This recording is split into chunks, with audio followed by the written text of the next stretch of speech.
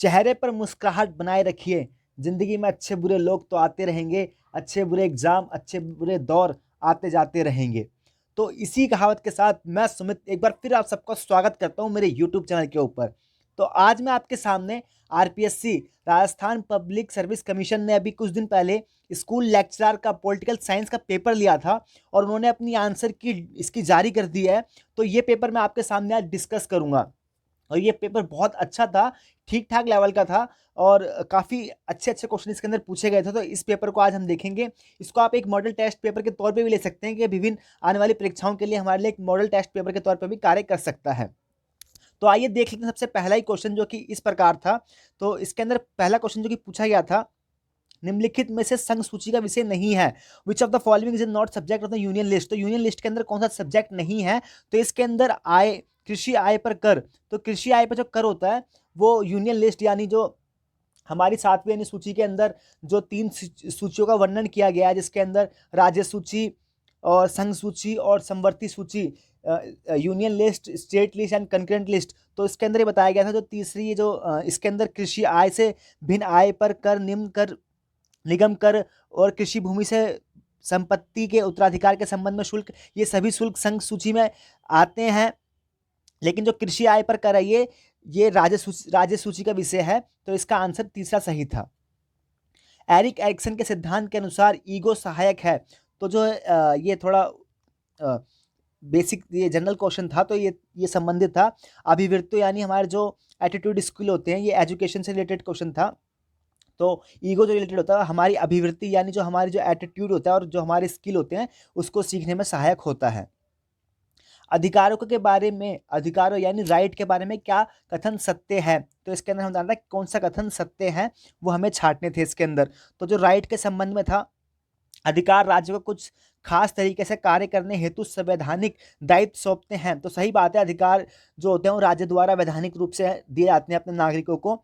अधिकार में यह मांग भी शामिल है कि राज्य को क्या नहीं करना है। तो ये बात भी सही है। जैसे मौलिक अधिकार होते हैं उसके अंदर बताया गया कि जैसे राइट टू लाइफ होता है 21 आर्टिकल के अंदर बताया गया, तो किसी भी व्यक्ति के राइट टू लाइफ का हनन सरकार नहीं कर सकती है। तो ये बात भी कहीं ना कहीं सही है कि राज्य को क्या नहीं करना, ये बताया गया होता है अधिकार के अंदर। राज्य द्वारा निर्मित कानूनों राज्य द्वारा निर्मित कानून बलपूर्वक लागू हो सकते हैं। तो कई बार देखा गया है कई जो स्पेशल कंडीशन होती है, कहीं पर जैसे कुछ अशांति हो जाती है या इमरजेंसी कंडीशन आ जाती है, तो वहाँ पे बलपूर्वक भी लागू करवाया जा सकता है। तो ये बात भी कहीं ना कहीं सही है। और जो फोर्थ है इसके अंदर, अधिकार के लिए राज्य के सभी अधिकार के लिए राज्य के साथ ही सामाजिक स्वीकार्यता भी होती है। तो ये बात भी सही है कि कोई अधिकार जो होता है उसका सोशल स्टेटस भी होता है, सोशल एक्सेप्टेंस भी होता है, तभी जाके उसको माना जाता है। तो ये इसका थर्ड आंसर सही था, यानी 1 2 3 इसके सभी सही थे। तो आप देख सकते हो इसके अंदर किस लेवल का क्वेश्चन है, क्योंकि एक नौकरी देने वाला एग्जाम है। तो स्कूल के अंदर लेक्चरर की जो पोस्ट की नौकरियां लगती है इसी से लगती है। तो आप समझ सकते हो इसका लेवल किस प्रकार का है। चौथा क्वेश्चन जो कि इस प्रकार है, ये राजस्थान के जीके से रिलेटेड था। राजस्थान के अंदर कौन सी पार्टी स्टेट कमीशन द्वारा रिकॉग्नाइज की गई है, नहीं की गई है? निम्नलिखित में से किस दल को भारत के निर्वाचन आयोग द्वारा 7 जून 2019 को राज्य दल की मान्यता प्रदान की गई? तो ये राज्य दल की जो राजस्थान के अंदर मान्यता पर्याप्त की गई थी, ये था राष्ट्रीय लोकतंत्र पार्टी का, इसको मान्यता दी गई थी। और इसके अंदर नेगेटिव मार्किंग भी थी, तो इसकी कट ऑफ भी ठीक ठाक जा सकती है। देखते हैं रिजल्ट के बाद कितनी इसकी कट ऑफ जाती है। तो अभी क्वेश्चन देख लेते हैं पांचवा।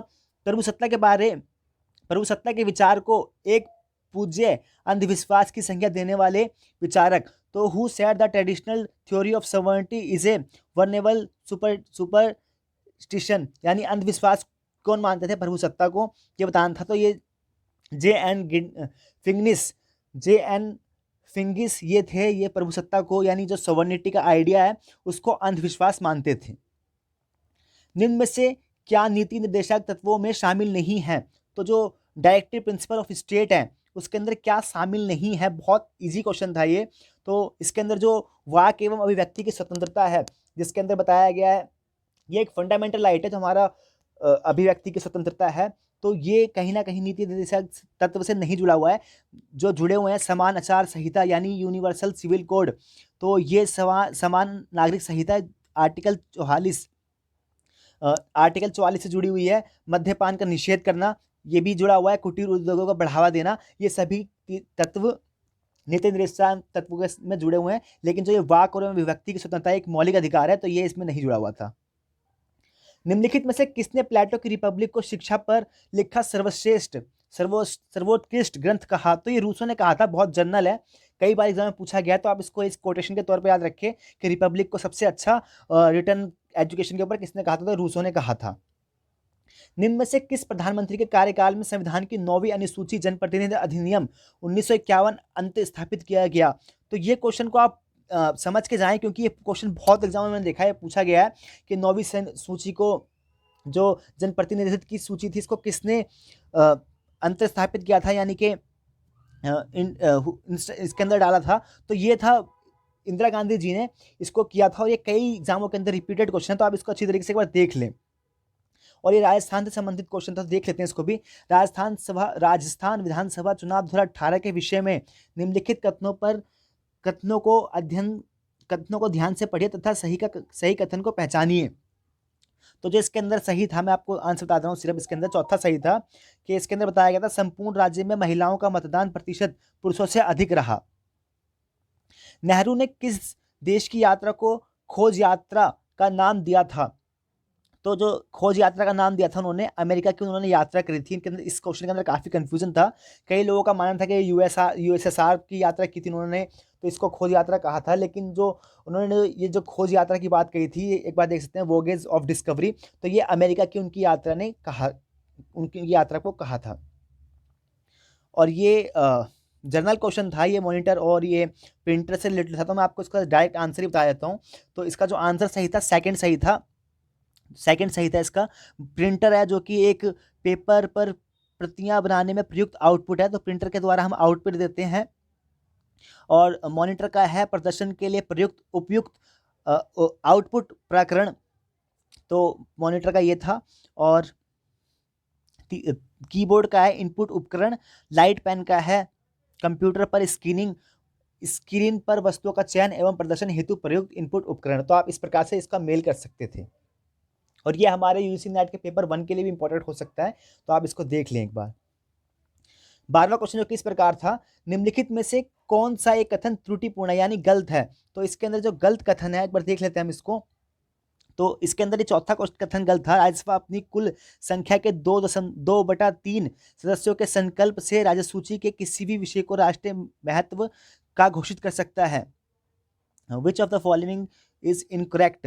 तो जो इसके अंदर इनकरेक्ट था, ये फोर्थ इन्होंने बताया, लेकिन हमको डाउट है इसके ऊपर, क्योंकि राज्य सूची, क्योंकि इनके ऊपर इनको अधिकार तो पर्याप्त होता है, लेकिन इसके लिए 2/3 बहुमत की जरूरत नहीं होती है, इसको साधारण बहुमत से ही पास कर सकते हैं। तो एक बार आप देख लें, मेरे को भी डाउट है इसके ऊपर। अगर किसी को एग्जैक्ट पता है तो मुझे जरूर बताएं कमेंट करके अंदर, लेकिन मेरे ख्याल से यही सही होगा, क्योंकि सामान्य बहुमत से भी इसको पास करके राष्ट्रीय विषय का महत्व का बना सकते हैं। और ये जो पावर है, ये आर्टिकल 312 के अंदर कही गई है।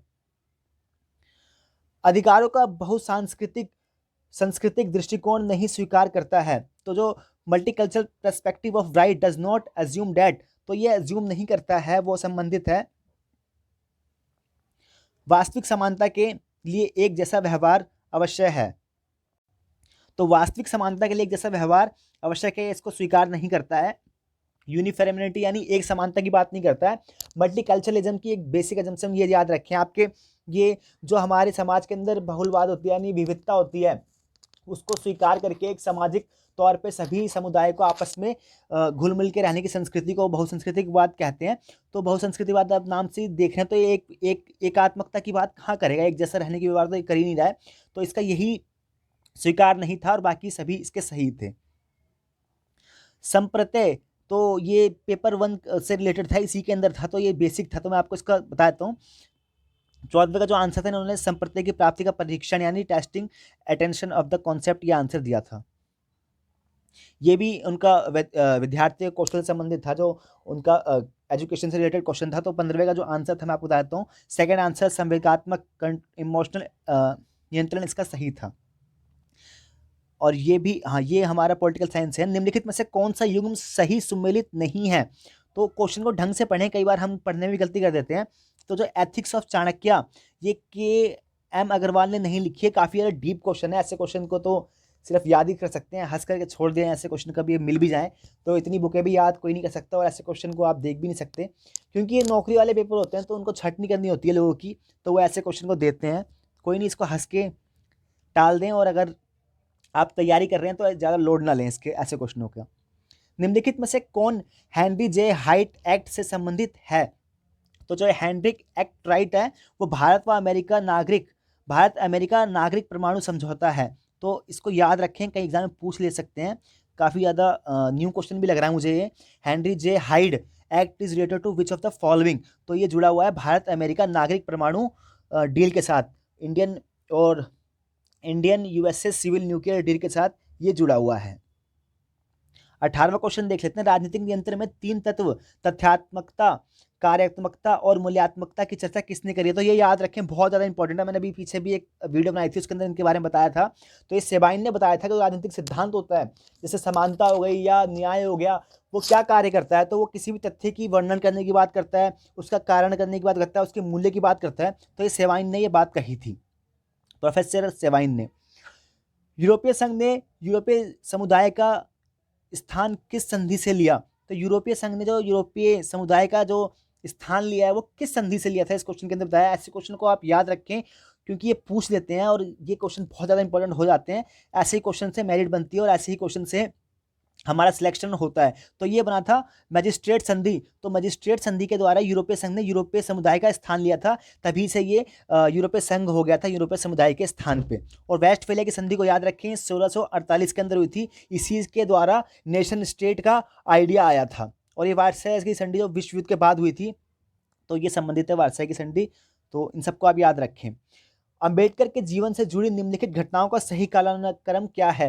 तो आप ये से जो कितने कालानुक्रम होते हैं इन सबको भी याद रखें, क्योंकि एग्जाम में पूछ लेते हैं। बुक को टर्म ऑर्डर से लगाइए, किसने क्या कहा है, कि क्या क्या सिद्धांत है, कब दिए, तो इन सबको भी आप याद रखें अगर पॉलिटिकल साइंस से आप रिलेटेड कोई भी एग्जाम दे रहे हैं तो इन्होंने सबसे पहले लिखा था मूकनायक का प्रकाशन सबसे पहले किया था। फिर उसके बाद उन्होंने किया है बहिष्कृत हितकारिणी सभा की स्थापना। फिर उसके बाद इनके जो आइडिया आया था वो महाड़ सत्याग्रह किया था उन्होंने, और फिर लास्ट में एनिहिलेशन ऑफ कास्ट। और उन्होंने एनिहिलेशन ऑफ कास्ट में बताया था कि जो जाति को हमें ख़त्म करना है वो 2 कारणों से किया जा सकता है, एक अंतर्जातीय विवाह से, और एक जो और एक अंतर्जातीय विवाह और जो सामाजिक संबंध होते हैं उसके अंदर रोटी बेटी का जो संबंध होता है उसको दूसरे समुदाय से स्थापित करना, दूसरे समुदाय के साथ घुल मिल के रहना, तो इसी के द्वारा किया जा सकता है इसको समाप्त। निम्नलिखित में से कौन सा प्रतिमान रॉबर्ट डहल द्वारा प्रतिपादित किया गया? तो ये बहुत बड़े थिंकर हैं हमारे रॉबर्ट डहल, इनको याद रखें। इन्होंने प्लूरलिस्टिक मॉडल यानी बहुल तंत्र का प्रतिमान दिया है, और ये प्लूरलिस्टिक थिंकर माने जाते हैं, इनको याद रखें। अगला क्वेश्चन 22वां देख लेते हैं।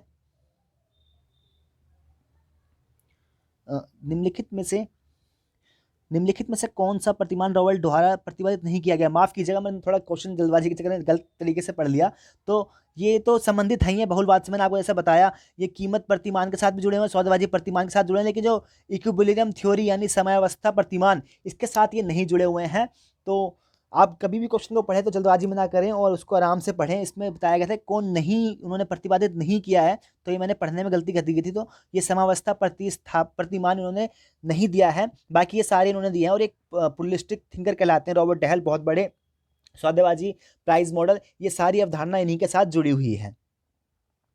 भारत की विदेश नीति के संदर्भ में निम्नलिखित वाक्यों को ध्यानपूर्वक पढ़िए।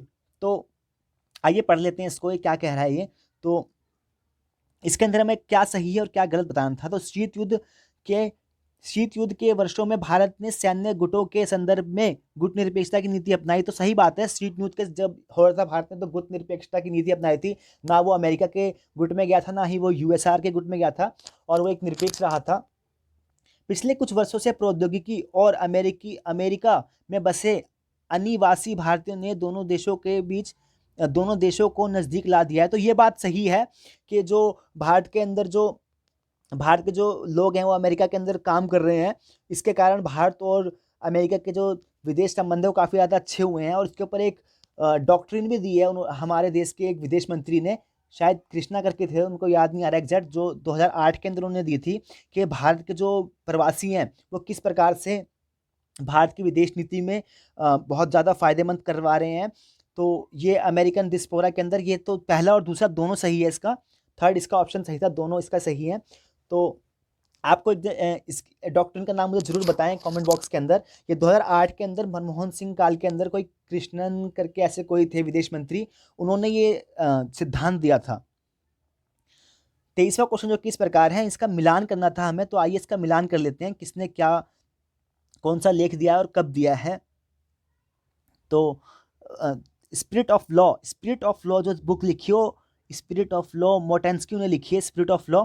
और स्पिरिट ऑफ लॉ के अंदर ही मोंटेस्क्यू ने जो अमेरिका की जो व्यवस्था है वहाँ पे उन्होंने स्पिरिट ऑफ लॉ के अंदर ही जो एग्जीक्यूटिव, विधायिका, लेजिस्लेटिव और न्यायालय, इन तीनों को सेपरेट बॉडी करके इन तीनों के अलग अलग पावर की बात करी है। तो इसी के द्वारा separate of law, spirit of law के द्वारा ही अमेरिका के अंदर तीनों जो उनकी अंग है उसमें स्पिरिट यानी शक्ति का बिखराव हुआ था।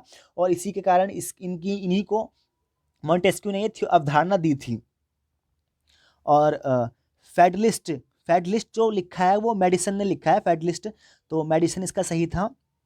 और थर्ड का द मॉडर्न स्टेट लिखा है मैकाइवर ने।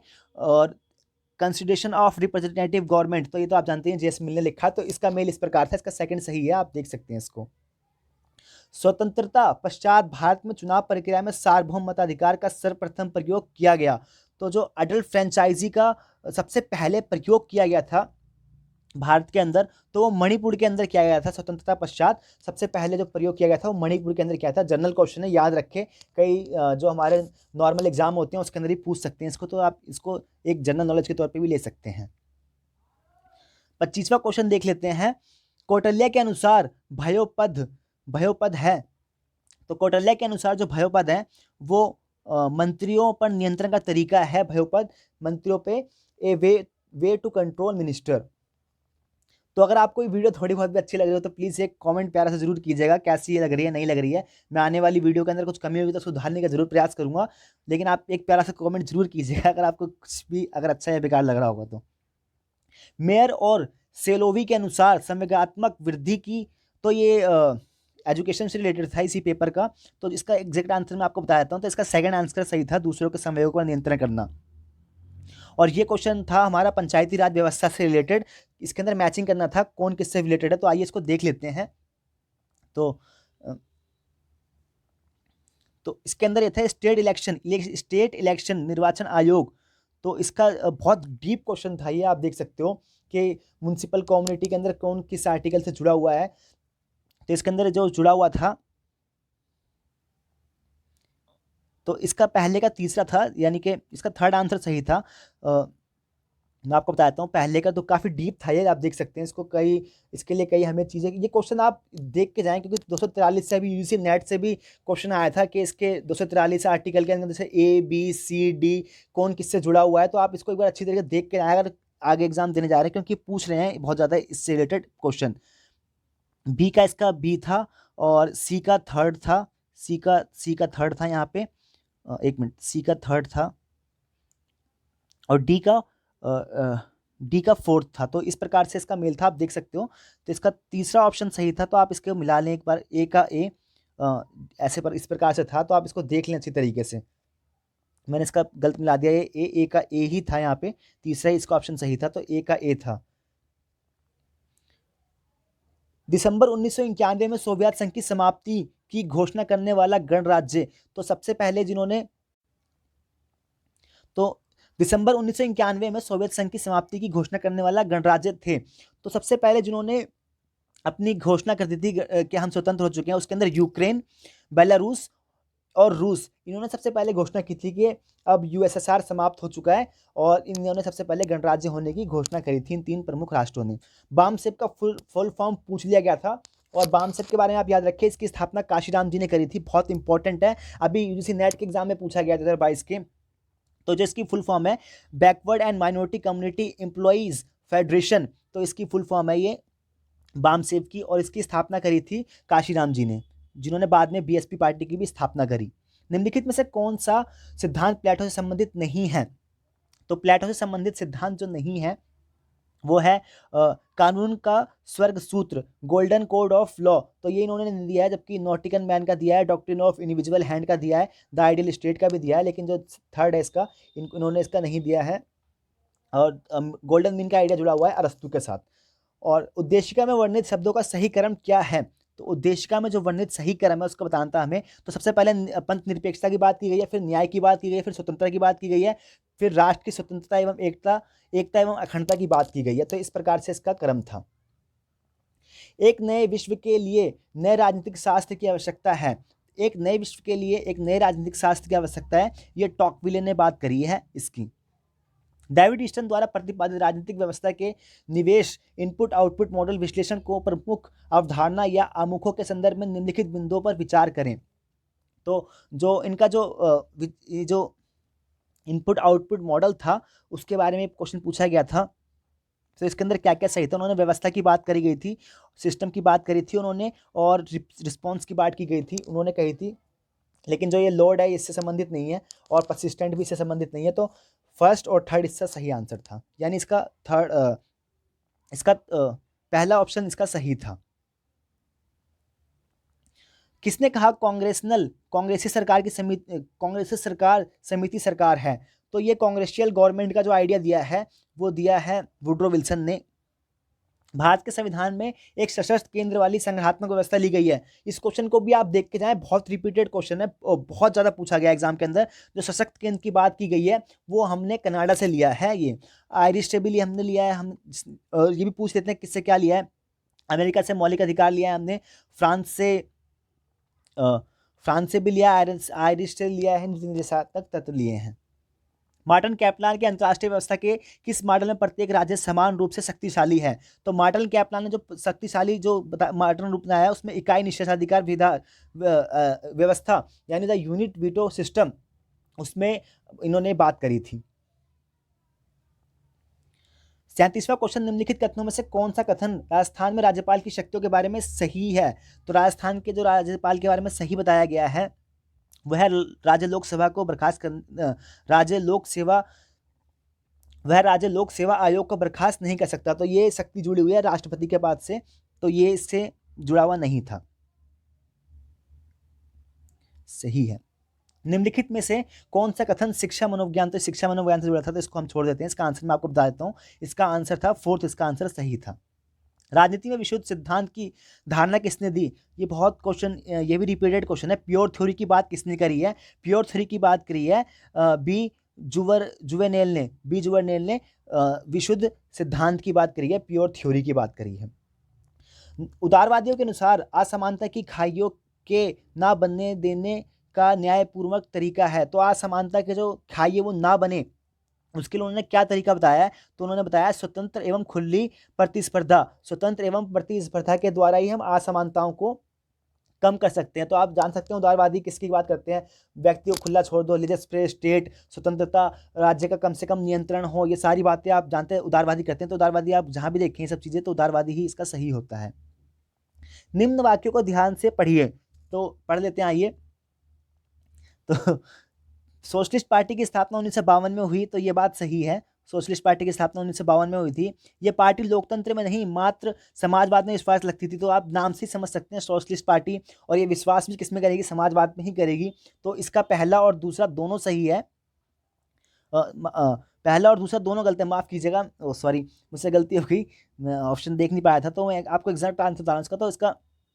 तो इसका सही है वो पहला और दूसरा दोनों इसका गलत है, क्योंकि सोशलिस्ट पार्टी की स्थापना 1952 में नहीं हुई थी, ये बाद में हुई है सोशलिस्ट पार्टी की स्थापना। लेकिन यह लोकतंत्र में नहीं, क्योंकि अगर जब भारत में कोई पार्टी होगी वो लोकतंत्र में क्यों विश्वास नहीं करेगी? कोई वो थोड़ी ना हो रहा है, मार्क्सवादी देश थोड़ी ना है, या फिर पूंजीवादी देश थोड़ी ना है, वो समाजवाद सिर्फ लोकतंत्र में विश्वास नहीं करेगी। पूंजीवादी देश में भी लोकतंत्र विश्वास करते हैं, लेकिन कोई आजक स्थिति थोड़ी ना है, आप समझ सकते हो। तो समाजवाद में वो विश्वास कर सकती है सोशलिस्ट पार्टी, क्योंकि नाम से लग रहा था, लेकिन लोकतंत्र को नकारा नहीं जा सकता। तो इसका यही सही था। और जो भी मैं आपको आंसर बता रहा हूँ, ये एग्जैक्ट आंसर बता रहा हूँ जो अभी आरपीएससी द्वारा जारी की गई है, उसी के आधार पर मैं इसकी आंसर आपको बता रहा हूँ। निम्नलिखित में से कौन सा एक व्यवहारवादी दृष्टिकोण से संबंधित नहीं है? तो बिहेवियर अप्रोच से which is related not to behaviour approach. तो जो बिहेवियर अप्रोच से रिलेटेड नहीं है वो है निर्णय प्रक्रिया की बजाय निर्णय की वस्तु तत्व के विश्लेषण पर बल देना, emphasis on analysis of content of decision rather than the decision making process. 43वां क्वेश्चन जो कि इस प्रकार था, तो इसको मैचिंग करना था, नहीं माफ़ कीजिएगा, इसमें से कौन सा युग्म सही नहीं है मैं बताना था। तो इसके अंदर जो सही नहीं था वो तीसरा इसके अंदर सही नहीं था, वाई इंडिया वोट्स। तो ये योगेंद्र यादव ने नहीं लिखी है, किसी और ने लिखी है, आप गूगल कर सकते हैं, इसको चेक कर सकते हैं। तो यही इसका सही आंसर था, ये इससे मैचिंग नहीं था। 44वां क्वेश्चन जो किस प्रकार है, निम्नलिखित में से कौन नकारात्मक स्वतंत्रता का समर्थक नहीं है। तो जो नकारात्मक स्वतंत्रता के समर्थक नहीं है वो आइजिया बर्लिन। आप जानते हैं ये बहुत बड़े नकारात्मक स्वतंत्रता का, निम्नलिखित में से कौन नकारात्मक स्वतंत्रता का समर्थक नहीं है। तो जो इसमें से नहीं है मैं बताना था, आइजिया बर्लिन आप जानते हैं कि बहुत बड़े नकारात्मक स्वतंत्रता के थिंकर माने जाते हैं। इन्होंने नकारात्मक, सकारात्मक और नकारात्मक स्वतंत्रता के अंदर नकारात्मक स्वतंत्रता को पक्ष दिया था। तो ये नकारात्मक स्वतंत्रता के पक्षधर हैं। फिलिप पैरिट भी है, कर्टिन स्किनर भी है, लेकिन जो हॉब हाउस हैं ये नकारात्मक स्वतंत्रता के पक्षधर नहीं है। और इसमें हमें पूछा गया था कौन नहीं है नकारात्मक स्वतंत्रता के पक्षधर, तो ये हॉब हाउस नकारात्मक स्वतंत्रता के पक्षधर नहीं है। संघात्मक व्यवस्था वाला समूह छाटिए। तो इसमें से जो जहाँ पे संघात्मक व्यवस्था होती है, संघात्मक व्यवस्था इसमें दो सरकारें कार्य करती हैं। तो इसमें से कौन सा नहीं था, बहुत डिफिकल्ट टाइप का क्वेश्चन था ये। तो इसमें से संघात्मक व्यवस्था वाला कौन सा समूह है वो छाटना है, माफ कीजिएगा मेरे को गलती हो गई। संघात्मक व्यवस्था वाला समूह छाटना है। तो कनाडा तो संघात्मक व्यवस्था है, भारत भी संघात्मक व्यवस्था है, ऑस्ट्रेलिया भी है और अर्जेंटीना भी है। तो ये चारों देश संघात्मक व्यवस्था को मानते हैं। संघात्मक व्यवस्था उसको कहते हैं जहाँ पे दो या दो से अधिक सरकार का शासन होता है, उसे संघात्मक व्यवस्था कहते हैं। तो ये मुख्य तौर पर भारत के अंदर भी है, कनाडा के अंदर भी है, ऑस्ट्रेलिया के अंदर भी है। आप एलिनेशन प्रोसेस से भी कर सकते हैं। चाइना के अंदर आप जानते हैं एक दलीय शासन व्यवस्था है, तो ये तो हो नहीं सकता चाइना। और बांग्लादेश के अंदर भी नहीं है मेरे ख्याल से, माफ़ कीजिएगा, ब्रिटेन के अंदर भी संघात्मक व्यवस्था नहीं है, ब्रिटेन के अंदर भी एक ही व्यवस्था चलती है। और कनाडा, भारत और न्यूजीलैंड के अंदर भी नहीं है। तो इसका आंसर पहला ही ऑप्शन सही था। निम्नलिखित में से कौन कौन सा सुमेलित नहीं है। तो इसके अंदर क्या सुमेलित नहीं था, कौन सम्मिलित नहीं बताना था। तो राज्य व्यक्ति से पहले है, ये वेकाबली ने बात नहीं करी थी, प्लेटो ने बात करी थी कि राज्य व्यक्ति से पहले है। तो यही इसका सही था, ये इसमें से गलत बताना था हमें, तो यही सही था। राज्य संघात्मक हिंसा है, तो ये बात कही थी गांधी जी ने। और वर्ग संघर्ष की कहीं पे बात आपको दिखे तो आप जानते हैं नेचुरली वो कार्ल मार्क्स ही होगा।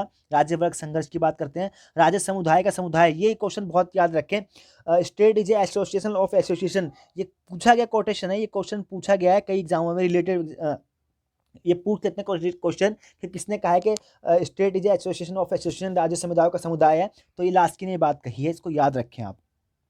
निम्नलिखित में से कौन international equilibrium a theoretical essay on the political and organisation of security शीर्षक पुस्तक के लेखक हैं। तो ऐसे क्वेश्चन को हम सिर्फ याद कर सकते हैं और कुछ नहीं कर सकते हैं। तो इसका आंसर है जे लिस्का। जे लिस्का ने ये बात करी है और ये बहुत एग्जाम में पूछा गया। मार्टिन कैप्लान को आप देख लें जिन्होंने अंतर्राष्ट्रीय स्तर पे नव व्यवस्थावाद सिद्धांत दिया था, माफ कीजिए, नव यथार्थवाद सिद्धांत दिया था। और ये सारे थिंकर कहीं ना कहीं इंटरनेशनल रिलेशन के साथ ही जुड़े हुए हैं। भारत और श्रीलंका दोनों सदस्य हैं, ये क्वेश्चन भी बहुत अच्छा था। भारत और श्रीलंका जो दोनों देश सदस्य हैं वो सार्क के भी और बिम्स्टेक के भी हैं। सार्क का मुख्यालय आप जानते हैं कि काठमांडू के अंदर, और बिम्स्टेक का मुख्यालय भी यूजीसी नेट के एग्जाम के 2022 के अंदर पूछा गया। तो काफ़ी लोगों का गलत हो गया ये क्वेश्चन। बिम्स्टेक का जो मुख्यालय है वो मुख्यालय ढाका के अंदर है, और जो सार्क का मुख्यालय है वो काठमांडू के अंदर है। तो इसको याद रखें, बहुत अच्छा क्वेश्चन था ये। विश्व में अमेरिका के वर्चस्व को दर्शाने वाली घटनाएं छांटिए। तो जो अमेरिका वर्चस्व को दिखाती हैं वो हमें बताना था। तो ये सभी घटनाएं कहीं ना कहीं अमेरिकी वर्चस्व के साथ जुड़ी है। ऑपरेशन डेजर्ट स्टॉर्म, इनफ्राइड रेज, इनफ्रीडम, enduring freedom, operation Iraqi freedom, ये सभी जुड़ी हुई हैं अमेरिकी वर्चस्व के साथ। धर्मनिरपेक्षता के संदर्भ में उसूली फासला की नीति निम्नलिखित में से सम्मिलित नहीं है। तो ये सम्मिलित नहीं है राज्य के मामलों में तटस्थ रहना। तो राज्य के मामले में तटस्थ रहने का ये असूली फासला, यानी मैं एक बार देख लेता हूँ इंग्लिश के अंदर, प्रिंसिपल ऑफ डिस्टेंस। तो आप इंग्लिश में देख के अच्छी तरीके से समझ सकते हैं। डिस्टेंस करना धर्मनिरपेक्ष राज्य के मामले से संबंधित नहीं है। तो ये तटस्थ रहना राज्य का, ये संबंधित नहीं है। और ये सारे क्वेश्चन रचनात्मक सीखने के वातावरण में होता है, ये एजुकेशन से रिलेटेड क्वेश्चन था, तो कोई नहीं, इसका बताता हूँ आपको आंसर। तो जिसका आंसर था नियंत्रण कक्षा अनुशासन। निम्नलिखित में से किस एक की बैंथम ने अपनी कृति फ्रैगमेंट ऑन गवर्नमेंट में आलोचना की है? तो जो उन्होंने आलोचना की है वो आलोचना की है कमेंट्रीज बाय ब्लैकस्टोन। ब्लैकस्टोन की कमेंट्रीज की बैंथम ने अपनी कृति फ्रैगमेंट ऑफ गवर्नमेंट में आलोचना की है। कैपलान के व्यवस्था सिद्धांत के अनुसार निम्नलिखित में से राष्ट्रोपरि राज्य करता है? तो जो इसमें से राष्ट्रोपरि राज्य करता है वो है नाटो। और नाटो से भी काफ़ी ज़्यादा एग्जाम में क्वेश्चन पूछे गए हैं, तो आप इनको याद रखें, इसकी स्थापना कब हुई और इसके कितने सदस्य हैं, तो ये सब याद रखें आप। निम्नलिखित पुस्तकों तथा उनके लेखकों का सही मिलान कीजिए। तो इसका मिलान करना था, तो आइए इसको देख लेते हैं एक बार। तो इसका फर्स्ट ऑप्शन ही सही था, मैं आपको एक बार दिखा देता हूँ। पहला ऑप्शन ही इसका सही था, तो इसको मिला लेते हैं। रजनी कोठारी की बुक थी, इसमें आ नहीं रहा नीचे, तो मैं आपको इसको आप मिला लीजिएगा इसको। तो मैं इसका फर्स्ट आंसर इसका सही था, आप इसको देख सकते हैं। निम्नलिखित निर्णयों में किस में सर्वोच्च न्यायालय ने निर्वाचन आयोग को नोटा विकल्प मतदाताओं को उपलब्ध कराने हेतु निर्देश दिए? तो ये क्वेश्चन बहुत अच्छा था। तो नोटा की बात तो सर्वप्रथम करी थी उन्होंने PUCL बनाम यूनियन ऑफ इंडिया 2013 के अंदर नोटा की बात सर्वोच्च न्यायालय ने कही थी, और इसके बाद 2014 के चुनाव के अंदर ही नोटा को शामिल कर लिया गया था ईवीएम मशीन के अंदर। 56वां क्वेश्चन है, निम्नलिखित में से इसको भी मैचिंग करना था, तो मैं आपको इसका आंसर बताता हूँ। 56 का जो आंसर सही था वो सेकंड ऑप्शन सही था, तो आप इसको मेल कर लीजिएगा। निम्नलिखित में से किसने भारतीय दलीय व्यवस्था के संदर्भ में कांग्रेस व्यवस्था शब्दावली का प्रयोग किया? बहुत इंपॉर्टेंट नहीं है, काफ़ी ज़्यादा रिपीटेड क्वेश्चन है, काफ़ी एग्जाम में पूछ लिया गया है इनको, तो रजनी कोठारी है, बहुत सिंपल है, तो इसको याद रखें। भारतीय राजस्थान में कांग्रेस व्यवस्था शब्द का जो सिद्धांत प्रस्तुत किया था वो रजनी कोठारी ने, और उन्होंने जाति के ऊपर भी बहुत काम किया है, तो इनको देख लें आप। 58 क्वेश्चन नंबर, निम्नलिखित में से किसे लोहिया के स्वतंत्रता के सिद्धांत के रूप में स्वीकार किया जाता है? तो लोहिया के स्वतंत्रता के सिद्धांत के रूप में स्वीकार किया जाता है वो संपूर्ण दक्षता का सिद्धांत, थ्योरी ऑफ टोटल इफिशिएंसी को स्वीकार किया जाता है। भारत के संविधान की 12वीं अनुसूची में निम्नलिखित में से कौन से कार्य शामिल नहीं किए गए हैं? तो जो इसके अंदर शामिल नहीं किए गए हैं वो शिक्षण संस्थाओं की संबद्धता, एफिलिएशन ऑफ पॉलिटिकल इंस्टीट्यूशन, यानी उनको एफिलिएशन करना, यानी कि उसको एक रिकॉग्नाइज करना या फिर किसी कार्य के लिए दे देना, तो ये संबंधित नहीं है शिक्षण संस्थाओं के, बाकी सारे इससे संबंधित हैं।